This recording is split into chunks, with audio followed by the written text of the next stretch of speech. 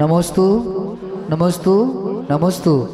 हे मुनिश्री आम्हा सर्वांना उद्बोधन करून आमचं जीवन धन्य करावं। नमोस्तु नमोस्तु महाराज।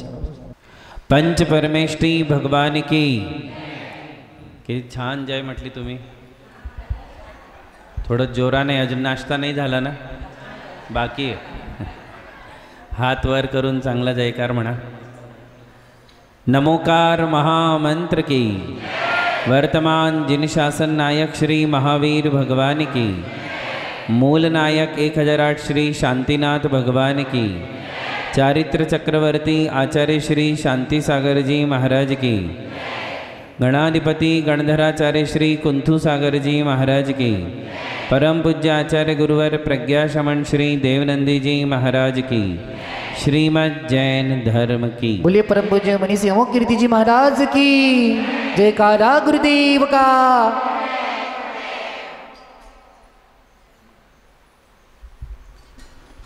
खूबच सुंदर आयोजन, बहुत ही सुंदर आयोजन यहाँ संपन्न हुआ है।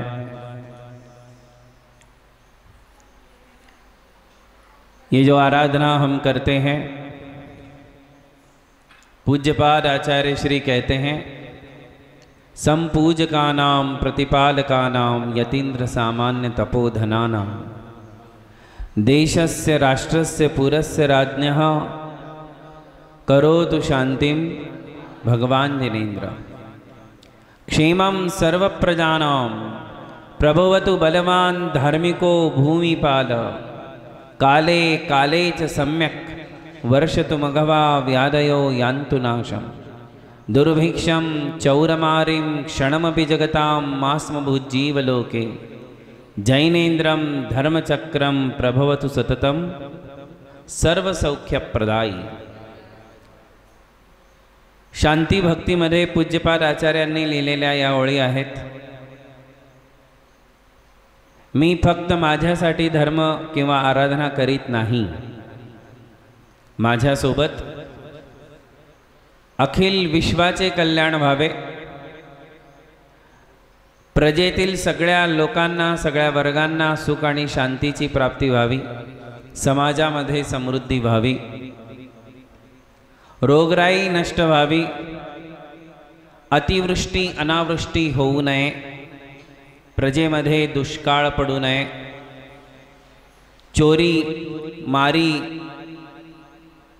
या सगळ्या दुर्घटना होऊ नयेत, म्हणून विश्वशांतीसाठी आम्ही हा विश्वयज्ञ नेहमी करत असतो।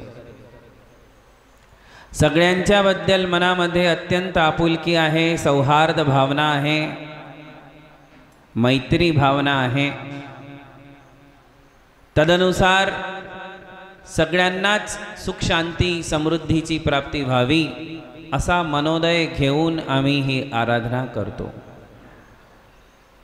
स्वार्थही साधतो आणि परमार्थही साधतो। फक्त माझं माझं करत नाही, सगळ्यांच्या कल्याणाची भावना मनामध्ये ठेवावी अशी उदात्त भावना जैन धर्मामध्ये आहे। रोज असे प्रसंग येत नाहीत, महिन्या महिन्यातून सुद्धा हे प्रसंग येत नाहीत, दरवर्षी सुद्धा असे प्रसंग येत नाहीत। हा आपणा सर्वांचा अनुभव आहे। पंचकल्याणक प्रतिष्ठा उत्सव झाल्यानंतर आता करतो, मग करतो, पुढे करतो, पुढच्या वर्षी करतो, असं करता करता करता किती वर्ष निघून गेली? 13 वर्ष निघून गेली। अनेक प्रकारच्या समस्या असतात, आर्थिक समस्या असू शकतात, सामाजिक समस्या असू शकतात। त्या सगळ्या समस्या पार पाडून आम्ही असे आयोजन करतो। समाजामध्ये मैत्री आणि प्रगती व्हावी यासाठीच असे आयोजन असतात। मस्तकाभिषेक एवढ्या मोठ्या मूर्तीचा आम्ही ठेवला, किती गावांची लोक एकत्रित झाली? जवळपास आजूबाजूचे 50 गावाची लोक तरी एकत्र आली असावीत. 50, 60, 100 सगळ्या गावांची लोक आलीत. नाहीतर येणार होते का तुमच्या लग्नाला? सांगा, तुमच्या लग्नाला किती लोक येतात, किती गावचे येतात? तुम्ही पत्रिका खूप ताकद लावून पाठवता, परंतु तरीही तुमच्या पर्सनल कार्यक्रमांमध्ये खूप कमी लोक येतात. 100, 150, 200, 500 ते पण तुमचे जे नातलग आहेत, पाहुणे आहेत ते येतात, बाकी कोणीही येत नाही. परंतु आज सांगायला खूप आनंद वाटतो की इंदापूरकरांनी इतकी सुंदर 21 फुटी मूर्ती मुनीसुव्रतनाथांची इथे उभे केली.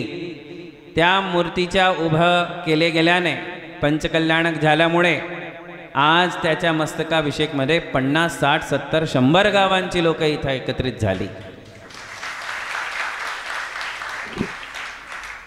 म्हणून असे कार्य समाजामध्ये व्हायला पाहिजे, जेणेकरून समाज एकत्रित व्हावा. आमच्या समाजाची शक्ती आम्हाला कळावी, समाजाचं संघटन आम्हाला कळावं, म्हणून असे कार्य व्हायलाच पाहिजे. आपल्या या भागामध्ये दहिगाव आणि कुंथलगिरी सोडलं तर मला नाही वाटत कुठलं काही क्षेत्र असावं. आहे का आजूबाजूला कुठे? आम्हा सगळ्या सोलापूरकरांना, पुणेकरांना, त्यानंतर कुठला जिल्हा आहे? सातारा जिल्हा, पुणे जिल्हा, नगर जिल्हा, हे 2-4 जिल्ह्यातल्या लोकांना जास्त तीर्थक्षेत्र मिळालेली नाही आहेत. कर्नाटकमध्ये, राजस्थानमध्ये, मध्य प्रदेशमध्ये जर तुम्ही गेला तर एकेका जिल्ह्यामध्ये 2-2, 3-3 तीर्थ पाहायला मिळतात. आणि आमच्या 4-5 जिल्ह्यामध्ये मिळून एक दहिगाव आहे किंवा एक कुंथलगिरी आहे, ते पण आम्हाला लांब पडतं. त्यानंतर जर एवढी सुंदर कृतीचा निर्माण कुठं झालेला आहे तर ह्या इंदापूरमध्ये झालेला आहे. सगळ्यांना एक व्हायला एक प्लॅटफॉर्म मिळालेला आहे. आर्ष परंपरेचं प्लॅटफॉर्म आहे, पूर्वाचार्यांच्या परंपरेचं प्लॅटफॉर्म आहे. चारित्र चक्रवर्ती आचार्य श्री शांतीसागरजी महाराजांनी दाखवलेल्या परंपरेचं हे प्लॅटफॉर्म आहे.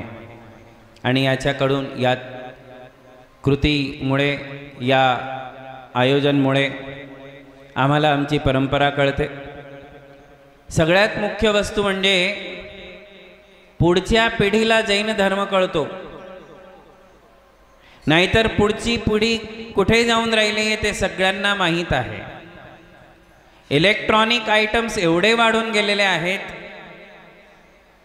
मीडिया एवढा वाढून गेलेला आहे,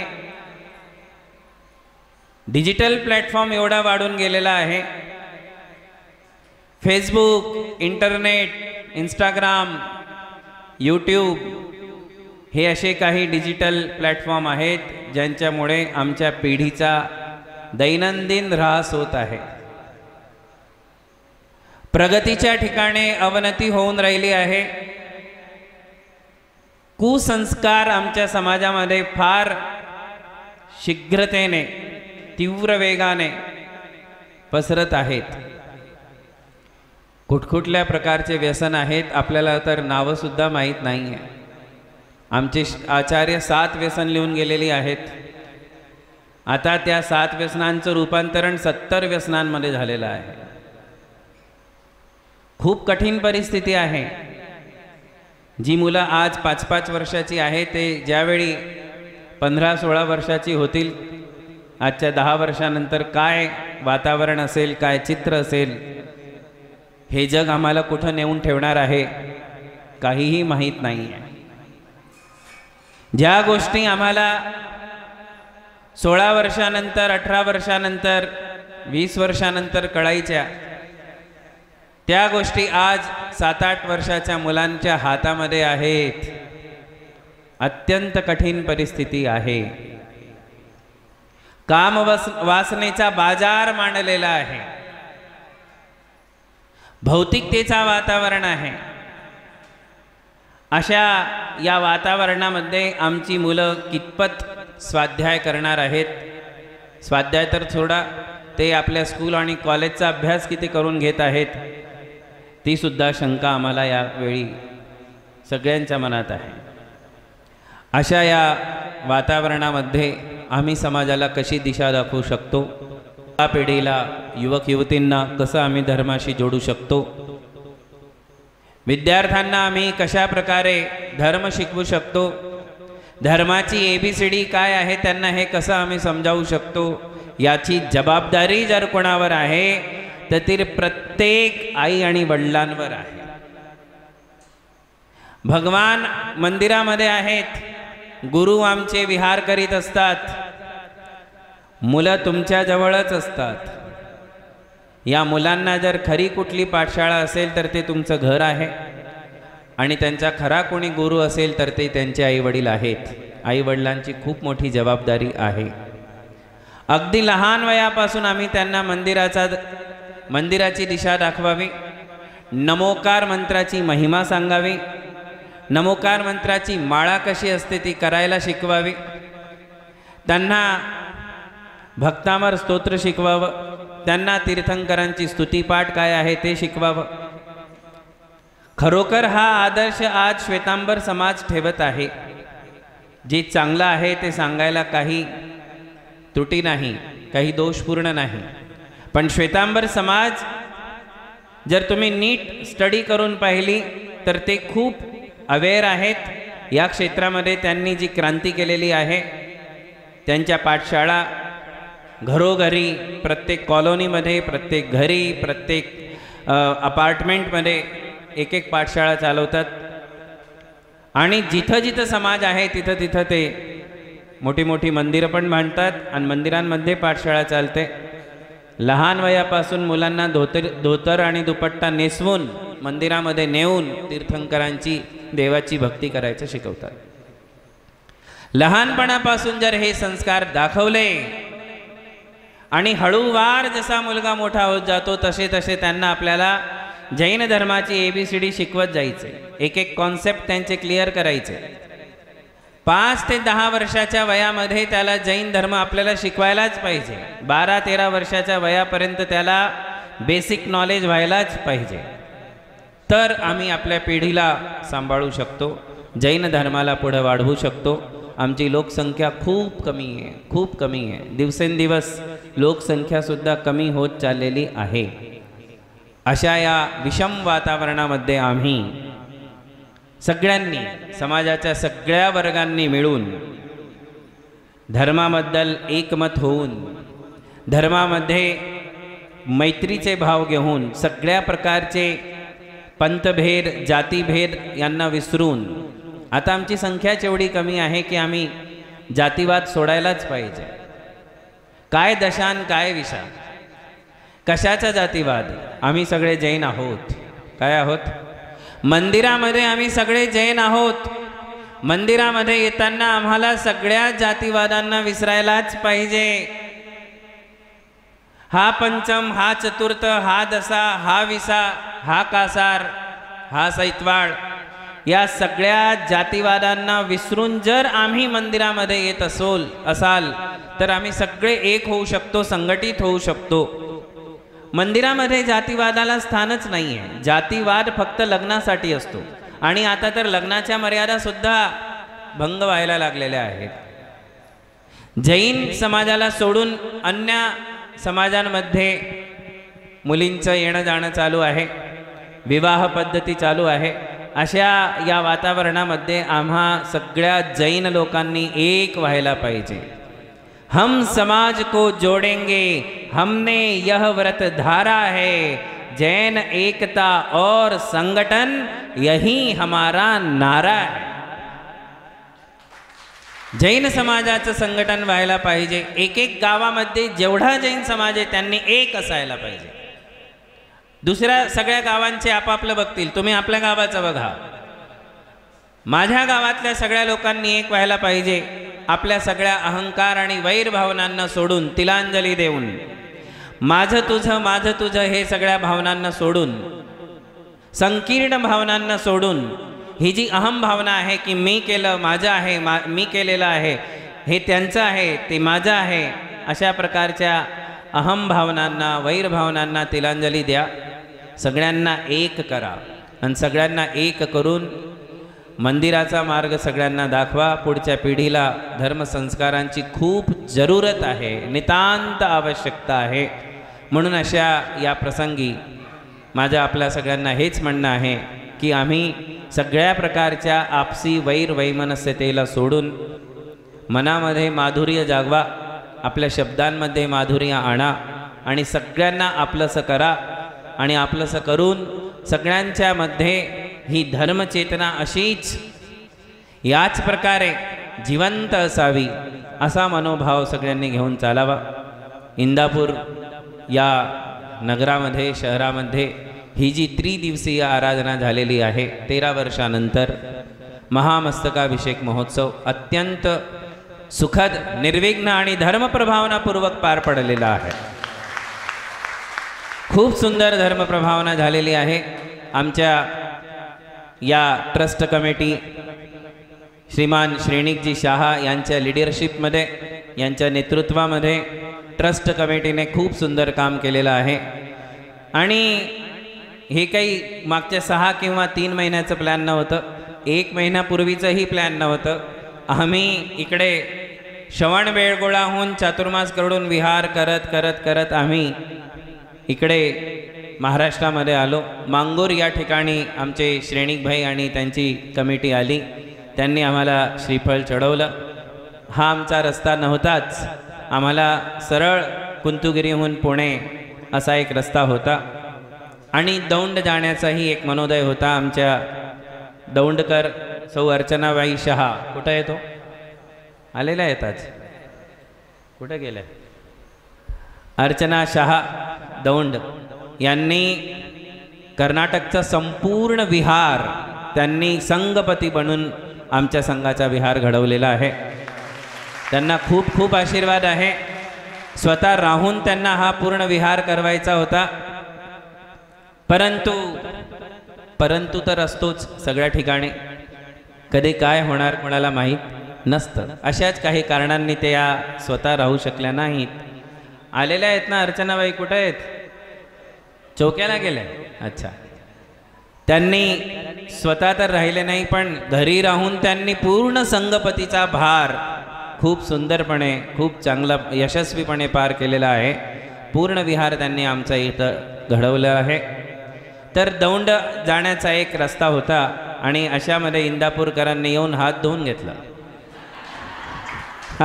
घेतले की बहती गंगा है, हात धुलो आणि गंगेला इकडे मोड द्या. हा, बरोबर. तसं तर मागच्या काही वर्षापासून आमचे श्रेणिक भाई येत आहेत, सांगत आहेत, पण आता ही वेळ आली. आणि अगदी मला वाटतं 20 दिवसापूर्वीची ही गोष्ट आहे. 20 दिवसापूर्वी हे सगळं आयोजन निश्चित झालं आणि 20 दिवसांमध्ये किती सुंदर आयोजन आणि किती सुंदर धर्मप्रभावना, की हा संपूर्ण कुठला माढा, काय म्हणतात त्याला, माढा नाही, हा पूर्ण एरिया काय म्हणता त्याला, माढा म्हणता ना तुम्ही, हां, तर या सगळ्या संपूर्ण क्षेत्रामधून लोकांनी येऊन इथं सहभागी झालेले आहेत. तर अशा या आयोजनाला आमच्या ट्रस्ट कमिटीने खूप सुंदर पार केलं. त्यांना खूप खूप आशीर्वाद आहे. त्याचबरोबर कुठलंही आयोजन एका हाताने पार पडत नाही, एका बोटाने, एका अंगुलीने कुठलेही काम, वजनदार वस्तू आम्ही उचलू शकत नाही. 5ही बोटे पाहिजे, समाजाचा प्रत्येक वर्ग पाहिजे. इंदापूरच्या संपूर्ण श्रावक श्राविकांनी, महिलांनी, युवकांनी, युवतींनी, लहान वयापासून वृद्धांपर्यंत सगळ्यांनी यामध्ये योगदान दिलेलं आहे. त्या सगळ्यांना खूप खूप आशीर्वाद आहे. आयोजनामध्ये आम्हाला आराधना करायची असते, विधान करायचा असतो, हवन करायचा असतो, अभिषेक करायचा असतो, त्यांसाठी सगळ्या प्रकारचे विधिविधान असतात, मंत्रोच्चारण असतात. ते सामान्य श्रावकांकडून साध्य नसतं. म्हणून आम्हाला पुरोहितांची आवश्यकता असते, पंडितजींची आवश्यकता असते. आपल्या कार्यक्रमाला श्री दीपकभाई उपाध्ये, प्रतिष्ठाचार्य, विधानाचार्य दीपक उपाध्ये यांचं सानिध्य तुम्हाला, निर्देशन तुम्हाला लाभलेलं आहे. खूप सुंदर ही पूजा त्यांनी इथं घडवून दिलेली आहे. मधुर स्वभाव आहे, मधुर वाणी आहे, सरळ स्वभाव आहे, शांत स्वभाव आहे आमचे दीपक पंडित. आणि खूप सुंदर बोलता बोलता कोणालाही चुप्प गप्प बसू देत नाही, सगळ्यांना नाचवतच राहतात, काही ना काही शिकवतच राहतात असे आमचे दीपकभाई उपाध्ये. यांच्यामुळे सुद्धा या कार्यक्रमाला 4 चांद लागले असं आपण म्हणू शकतो. आणि खूप सुंदर त्यांनी ही पूजा घडवून दिली. शुद्ध मंत्रोच्चारण आहेत. याचबरोबर आम्हाला संगीताची आवश्यकता असते. संगीताशिवाय कुठल्याही कार्यक्रमाला यश मिळत नाही, आनंद येत नाही. ते एक सुरसंगम आहे. सुरसंगम जर नसेल तर कार्यक्रम आधी निरस होऊन जातो है ना. तर त्या निरस कार्यक्रमाला सुरस करण्यासाठी आमचे सुयोग पाटील हे जे कुठे गेले ते काय नाव त्यांचं, सुयोग पाटील हे संगीतकार आणि त्यांची संपूर्ण टीम यांनी मिळून या कार्यक्रमाला रसदार बनवलेला आहे. त्यांना सुद्धा भरपूर आशीर्वाद आहे. कार्यक्रमाला फक्त गावापर्यंत आम्हाला सोडायचं नसतं. हे कार्यक्रम 2-4 जिल्ह्यामध्ये जायला पाहिजे किंवा देश विदेशामध्ये जायला पाहिजे. यासाठी मीडियाची आवश्यकता असते. आमचे काय नाव आपलं, अक्षय दोशी, कुठले जंक्शन म्हणजे, अच्छा लासुर्णे. तर इथले आमचे अक्षय दोशी यांनी खूप सुंदर तुम्हा सगळ्यांचा चेहरा सगळ्या देश विदेशापर्यंत पोहोचवलेला आहे. त्यांनाही खूप आशीर्वाद आहे. जेवण बनवणाऱ्यांनी खूप स्वादिष्ट जेवण बनवलेलं होतं असं सगळ्यांनी सांगितलं. आम्ही तर काही घेतलं नाही, पण तुम्ही सगळ्यांनी ते जेवण केलेलं आहे.